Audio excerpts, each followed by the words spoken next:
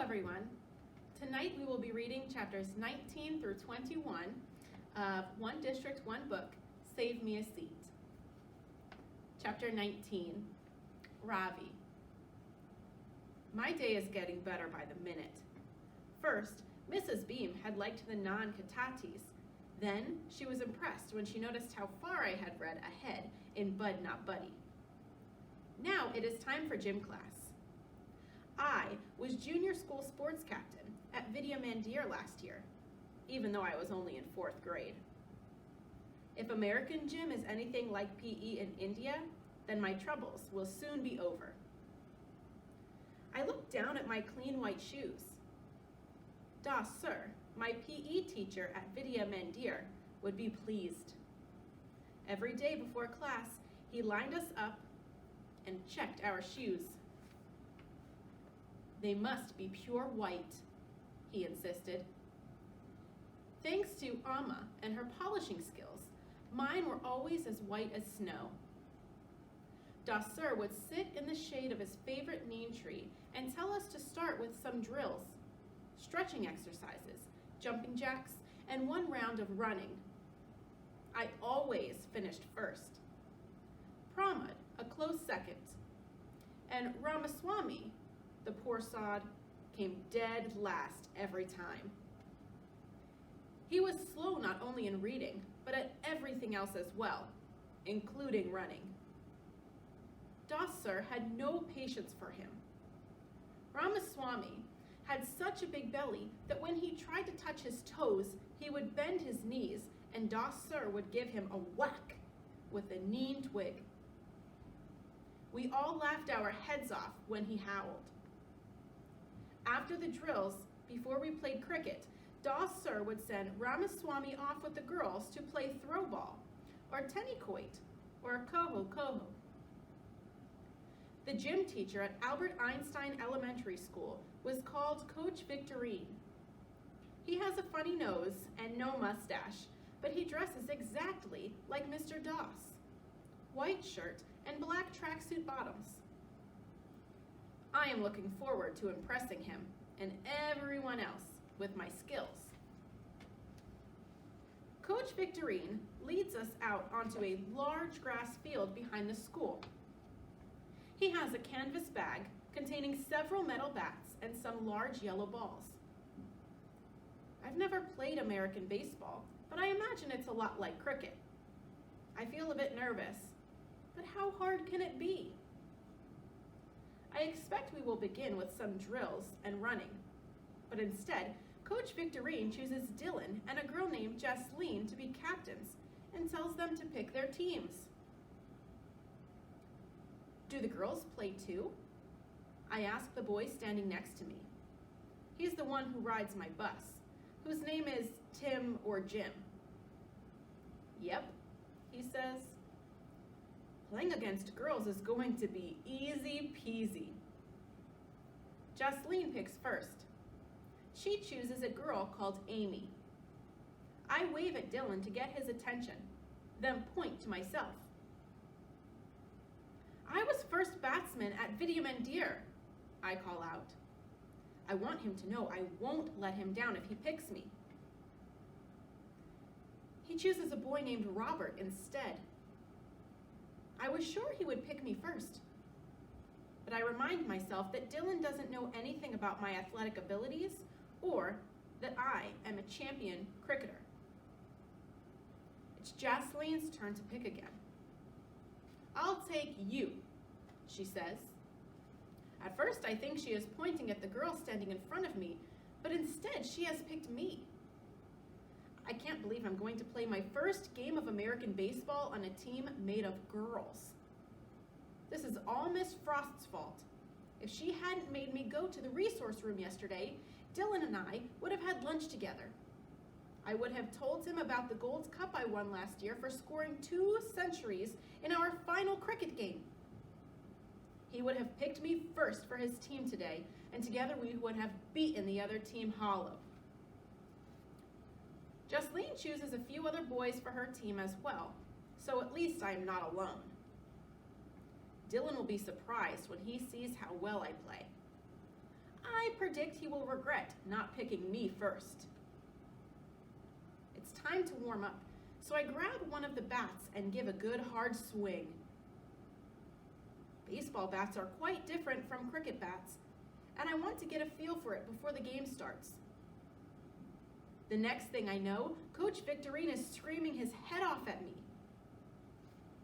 What have I done now? Chapter 20, Joe. Coach Victorine reminds me of a penguin. He has a long nose, like a beak, and when he walks, he waddles. Line up, ladies and germs, he tells us. I played Little League for one season when I was 7, but I wasn't any good at it. Even with my earplugs in, all that yelling was too much for me. Plus, I'm pretty uncoordinated. As soon as the coach figured out I couldn't hit or throw or catch a ball, I spent the rest of the season sitting on the bench eating sunflower seeds. I didn't mind. I like sunflower seeds. I don't like playing baseball, but I like to watch it on TV. My dad is a Phillies fan, but I'm into the Boston Red Sox. They're epic. In gym class, instead of baseball, we play slow-pitch softball. Dylan and Jasleen Arnando are the best hitters, but Amy Yamaguchi has got mad skills too. Emily Mooney isn't bad either, which is surprising because she's white as marshmallow and so skinny her arms look like toothpicks. Jasleen picks first. I want Amy, she says. Amy Yamaguchi runs over and starts hugging her.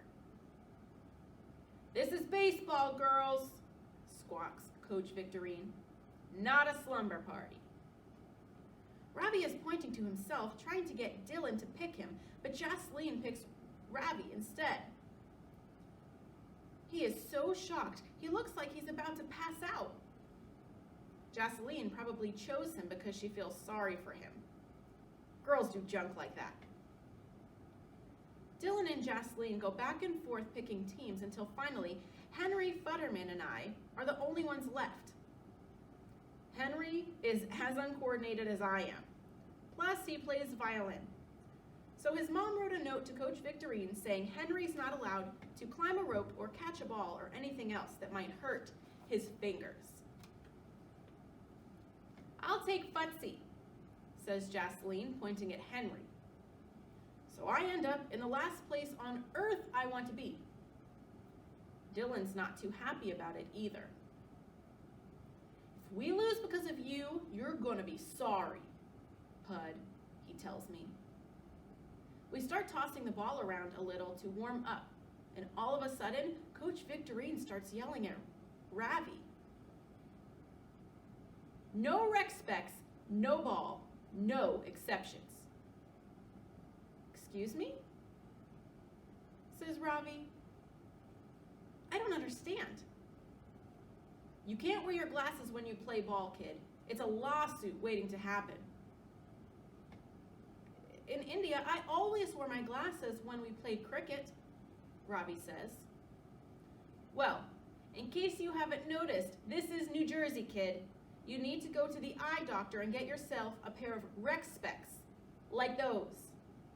He points at Henry, who's wearing a pair of prescription goggles instead of his regular glasses. Can you see without those things? Coach Victorine asks Ravi. Not very well, he says, pushing his glasses up with his thumb. Take your pick, kid. Sit on the bench or play without your glasses, says Coach. Up to you. Ravi takes off his glasses and puts them in his pocket. I'll play, he says. Our team is up first. We do okay for a while, but then when the bases are loaded, I strike out and Dylan gets ticked off. Way to blow it, Pud, he says, grabbing his glove off the bench and stomping off to the pitcher's mound. Dylan Simreen does not like to lose. Amy leads off for the other team and she gets a hit. Emily and Jocelyn get hits too, so Ravi comes up with the bases loaded. He's squinting pretty hard as he steps up to the plate, and I notice he's holding his bat funny, down low like a golf club. He swings and misses twice, but on the third pitch, he brings his bat up, catches a piece of the ball, and sends it foul. "Good cut!" shouts Coach Victorine. Jocelyn and the rest of her team go nuts, jumping up and down and screaming for Ravi to do it again. Even from far away, I can tell Dylan is up to something. When he turns his head to the side, I see the gleam in his eyes. In slow pitch, the ball is supposed to come at the batter at a nice high arc. But Dylan winds up and pitches a fastball right at Ravi's head. "Duck!" I yell. But it's too late. Chapter 21, Ravi. Coach Victorine comes rushing over to help me. "Get the first aid kit!" he yells. Everyone crowds around. I check myself, but nothing is broken. There is no blood, just a painful spot on my shoulder where the ball struck me. A terrible thought suddenly occurs to me. My glasses! But when I reach into my pocket and pull them out, I'm relieved to see that they are not broken either. "What happened out there, Semrine?" asks Coach Victorine. "You forget what game we're playing."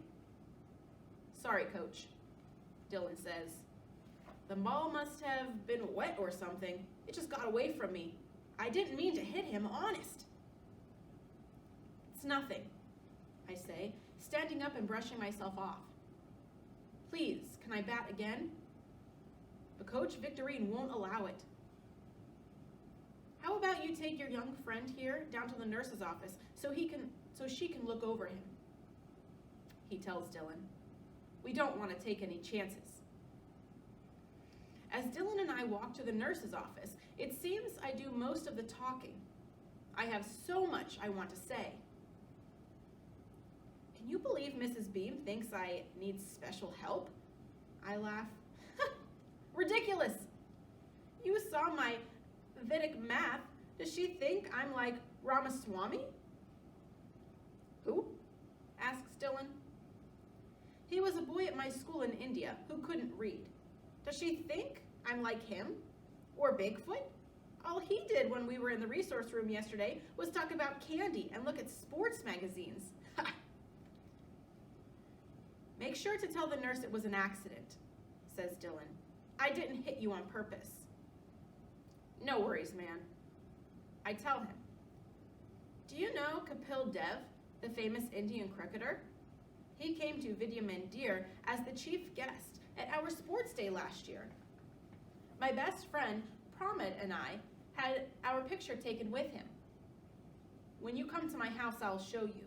You can see all of my trophies too. And Amma will make dosas for us. Our garden is quite big. Maybe I can teach you how to play cricket, and you can teach me how to hit a home run." Dylan smiles at me and winks. I can hardly wait. When we arrive at the nurse's office, Dylan reminds me once more to explain that he didn't mean to hit me with the ball on purpose. Then he leaves and goes back to class.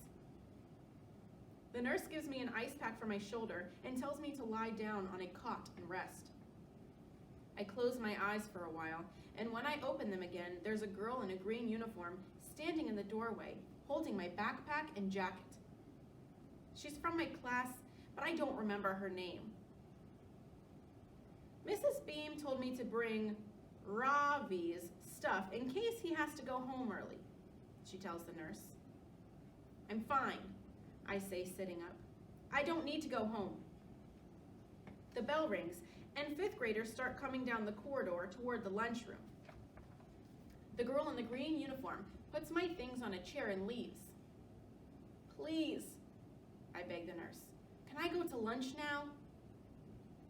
Nothing is going to prevent me from eating my lunch with Dylan Semrine. "If you're sure you feel up to it," says the nurse. Let me get you a fresh ice pack to take with you. It will help keep the swelling down. The nurse takes so long preparing the ice pack that by the time I get to the lunchroom, Dylan has already bought his lunch and is sitting at the table in the corner by the window shooting straw papers with his friends. I look at the menu board on the wall. Today they are serving something called chili. I see someone eating a bowl of soup filled with red beans and tomatoes. In India, we call this kind of soup rajma. It's more of a North Indian dish, but Amma makes it sometimes anyway, adding plenty of cumin seeds and black pepper to make it spicy. Rajma is served with rice, but American chili is served with some kind of yellow bread that looks like cake. I have my tiffin box with me, but I grab one of the plastic trays anyway and tuck it under my arm. I have a plan I'm certain will help me fit in. Bigfoot is sitting at the same table where I sat on my first day. I walk past him straight to Dylan's table. I recognize some of the other faces. Robert, Picenthio, and Keith Campbell. Tim, Jim, Tom Dinkins, and the redhead boy called Jax. Excuse me, can I make some room for me, please? I asked Tom Dinkins, who was sitting next to Dylan. Tom Dinkins looks at Dylan. You heard the man, move over, Dink, says Dylan. Then he laughs and snaps his head back to shake the hair out of his eyes, Bollywood style. I wonder if Amma would ever let me grow my hair long like that. Tom Dinkins moves over, and I sit down on the bench next to Dylan. I place the plastic tray in front of me, unbuckle the lid, open the top compartment of my tiffin box, and transfer the creamy white ratia into one of the small square sections of my tray. I smile. Finally, I am where I belong. Well, thank you for reading with me tonight. We'll have to keep reading to find out what happens to Ravi and Joe in Save Me a Seat.